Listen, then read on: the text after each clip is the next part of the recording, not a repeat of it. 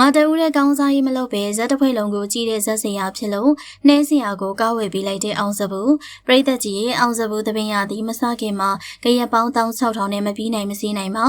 ဒါပေမဲ့အရန်မလွန်လာရင်မဖြေရှင်းတတ်တဲ့မင်းသားရဲ့အကျင့်ကြောင့်ဒီကြရက်တွေကအေးဆေးပါပဲနော်ဘလို့ပဲတိုက်ခတ်ဝေဖန်မှုတွေများနေပါစေအောင်စဘူးဇက်တပင်ကမင်းသားအောင်စဘူးကြောင့်ကြီးပွားချမ်းသာလာခဲ့တာပါတစ်စက်လုံးမင်းသားမင်းသမီးလူရှင်တော်တွေအားလုံး iPhone 17 Pro Max တွေကင်ရတာကြီးပါပဲအခုလေဇက်ထဲမှာစပိန်စုပ်လေးနဲ့ဇက်ကိုလာတဲ့နှင်းစရာအတွက်ကားတစ်စီးဝယ်ပေးခဲ့တာဖြစ်ပါတယ်နော်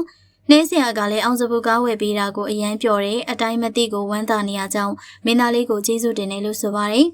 အောင်စဘူးကြောင့်ဇက်တစ်ဖွဲ့လုံးမှာရှိတဲ့အောက်ခြေသိန်းသူတို့ပြောနေကြဟင်းချက်တဲ့ကရင်မကြီး2ယောက်တောင်နောက်ဆိုရင်တော့ရွှေတွေတီးနေမလားနော်ငါတူတဲ့ကောင်းစားရေးမလုပ်ပဲဇက်တစ်ဖွဲ့လုံးအောင်မြင်အောင်ထိုးတင်ပေးတာမလို့အောင်စဘူးကတော့ဇက်စရာကောင်းတစ်ယောက်ပါပဲဒီတော့ပရိသတ်ကြီးအောင်စဘူးကြောင့်ကားပိုင်ဆိုင်သွားတဲ့နှဲစရာပေါ်မှာပီတိဖြစ်မိပါတယ်ဇက်စရာကောင်းနဲ့စီကန်းလိုက်နာပြီးတော့ရင်ကျေးတဲ့ဇက်အဖွဲဖြစ်လို့အောင်မြင်အောင်မှာအသေးချပါမှတ်ချက်လေးကိုလည်းပေးခဲ့ကြပါအောင်ရှင်